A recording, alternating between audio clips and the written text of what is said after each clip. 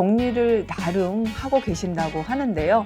정리 고민 때문에 늘 답답했다고 합니다. 제가 늘 생각하는 것은 단 한 가지입니다. 없구나. 똑똑한 정리.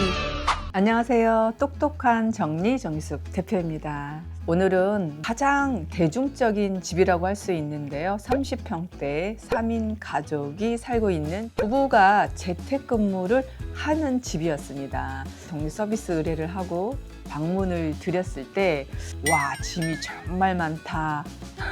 아니고요. 놀랍게도 이 집은 짐이 그렇게 많은 집은 아니었습니다. 그런데 왜 집이 이렇게 어수선할까? 정리를 나름 하고 계신다고 하는데요.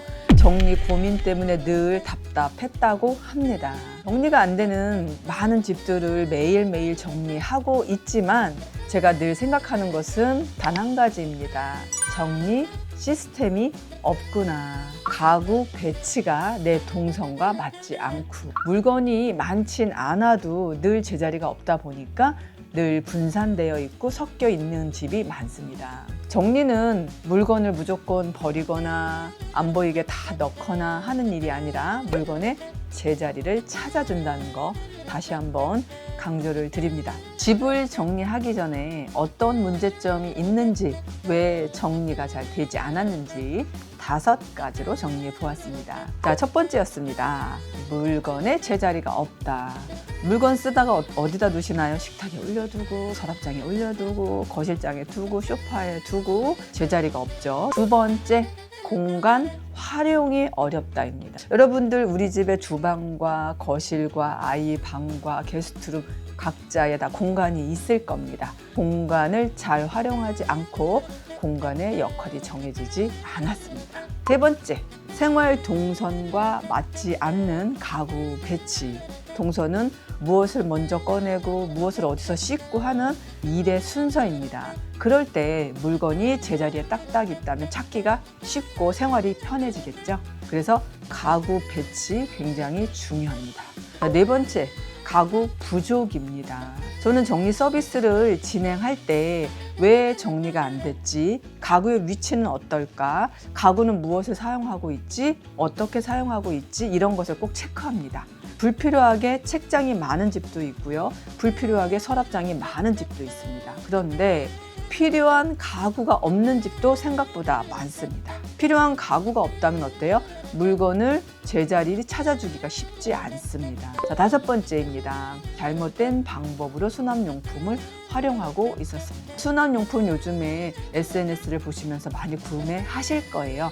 그런 수납용품 활용법을 잘못해서 오히려 정리가 더 안 되는 집 많이 있습니다. 여러분, 이런 문제들을 갖고 있는 30평 공간 정리를 시작해 보도록 하겠습니다. 먼저 안방을 가보겠습니다. 이 댁의 경우 안방이 제일 컸습니다. 그런데 침대와 옷장이 있었습니다. 옷장 2칸을 열어보니 옷은 많지 않았어요. 그리고 왼쪽에 화장대, 그리고 드레스룸 작은 것이 있었습니다. 고객님이 저에게 옷은 많지 않습니다 라고 이야기를 했어요. 그렇지만 사계절 옷이기 때문에 접어야 될 옷과 선반에 넣어야 될 옷과 서랍장에 넣어야 될 옷과 걸어야 될 옷이 있죠. 그러다 보면 공간은 넉넉하진 않지만 그렇다고 해서 남을 정도까지는 아니었습니다. 그래서 제가 그 안방에 서랍장을 배치할 것을 권해드렸어요. 많은 분들이 자꾸 가구를 늘리기 싫어요. 집에 자꾸 가구 사면은 이사 갈 때 너무 힘들더라고요. 이야기하시는 분들이 많이 있어요. 그런데 서랍장의 역할은 명확합니다.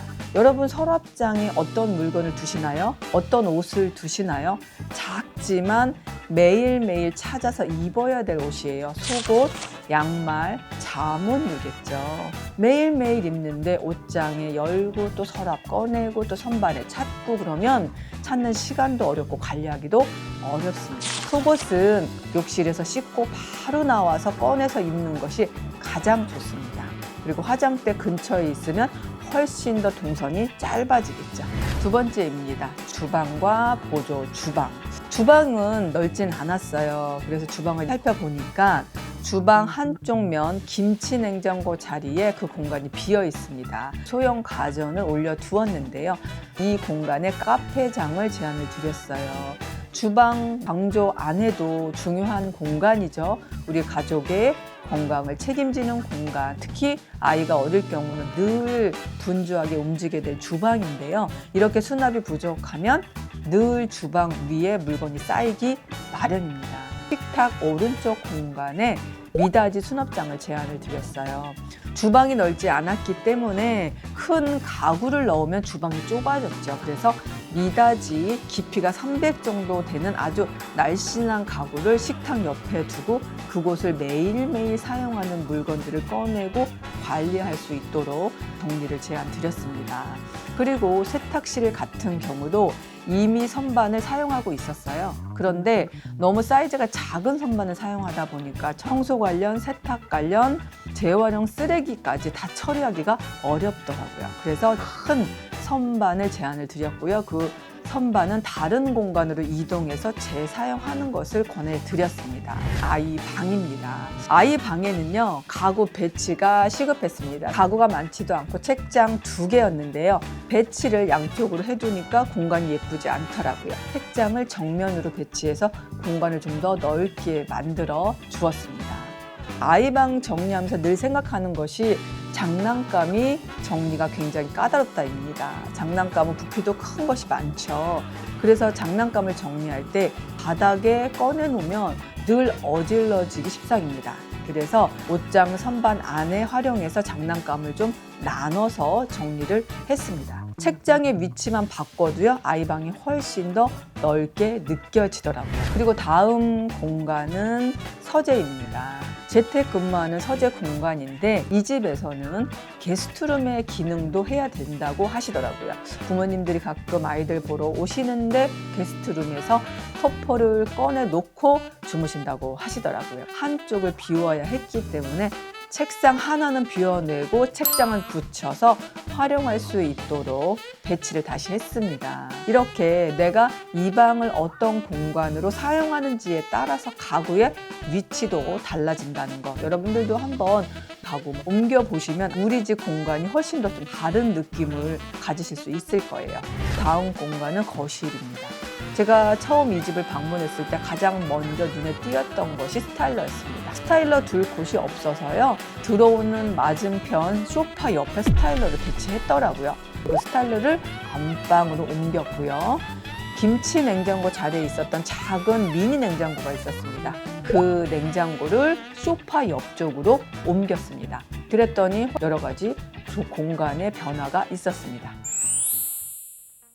이 집을 정리하면서 물건을 다 꺼내고 물건을 종류별로 나누고 또 물건의 자리를 잡으면서 생각한 것이 있었습니다. 저는 정리가 업인 사람이죠. 그래서 늘 정리가 중요합니다. 그리고 늘 정리를 먼저 하는 사람입니다. 그런데 여러분들 어떠세요? 똑똑한 정리 영상을 보시는 여러분들 누구나 다 정리를 늘 잘하면서 깔끔한 공간에서 생활할 수는 없다라고 생각을 해요. 우리가 배워야 할 것은 저 바구니를 사야 돼, 저렇게 옮겨야 돼가 아니라 우리 집에서 최선은 무엇일까를 고민하는 게 아닐까라고 생각을 해요. 저도 수많은 집을 정리하고 15년이 넘도록 늘 그 현장에서 고민하고 또 고민하게 됩니다. 그 이유는요, 공간도 다르고 가구의 크기도 다르고 이 사람의 직업도 다르고 좋아하는 물건도 다르고 아이들의 성별도 다르기 때문입니다. 정답이 있는 것이 아니라 내 생활, 우리 가족이 중요하게 생각하는 거, 우리 가족에게 지금 필요한 거는 무엇일까? 아이들이 어릴 때나 아이들이 성장했을 때나 다를 겁니다. 그것을 먼저 생각하는 것이 정리의 시작이고 정리의 성공이 아닐까라는 생각을 해보게 됩니다. 이 집을 정리하면서 제가 주부님께 정리 방법을 많이 가르쳐 드렸어요. 바지는 이렇게 거는 거예요. 니트는 이렇게 걸면 늘어나지 않아요. 이불은 이렇게 작게 접어야지 잘 꺼낼 수 있어요. 이 집은 옷을 거는 공간이 부족했기 때문에 이불장을 따로 만들지 않고 선반에 이불을 넣어드리고 그곳에 옷을 걸어드렸어요. 전문가가 저렇게 하라 그러네? 우리 집도 그렇게 할까라고 생각하시는 분이 있다면 다시 한번 생각해 보셔도 됩니다. 그 집이 무엇이 중요하고 어떤 것이 우선인지에 따라서 정리 방법도 따라 하시기 바랍니다. 이 집을 정리하면서 아이 공간도 만들어줬고 부부의 서재도 만들어줬고 게스트룸 역할도 해드렸습니다. 그리고 넓어진 거실에서 애완견까지 행복할 수 있는 공간을 만들어 드렸고요. 무엇보다도 주방 공간이 훨씬 더 넓어져서 저도 마음이 뿌듯하더라고요. 정리를 하면서 똑똑한 정리가 가장 중요하게 생각하는 게 있습니다. 어떻게 유지를 잘할 수 있게 내가 그 공간 시스템을 만들어 줄까 고민하고 또 고민하게 됩니다. 정리는 유지가 생명이기 때문입니다. 오늘도 이 집을 정리하면서 저녁에 가족들 모두 너무 좋아한다고 연락이 왔더라고요. 그럴 때 정말 뿌듯했고 하루의 피로가 다 없어지더라고요. 공간의 기적이라고 생각을 하는 많은 분들을 만나면서 정말 공간이 달라지는 것이 이렇게 가족에게 행복을 주는 일인가라는 생각을 늘 확인하게 됩니다. 여러분의 집도 한번 살펴보세요. 방 하나가 부족해서 정리가 안 된다. 아이들이 있어서 정리가 안 된다. 40평이 됐으면 좋겠다라고 고민하고 계세요. 이 방법 저 방법 시도해보다 보면요. 정답을 찾으실 수 있을 거라고 생각이 듭니다. 여러분들 옆에 늘 똑똑한 정리가 함께 하도록 하겠습니다. 오늘 영상이 정리가 어려운 분들에게 도움이 될 거라 생각이 듭니다. 다음 주에도 유익한 영상 준비해서 돌아오도록 하겠습니다. 감사합니다.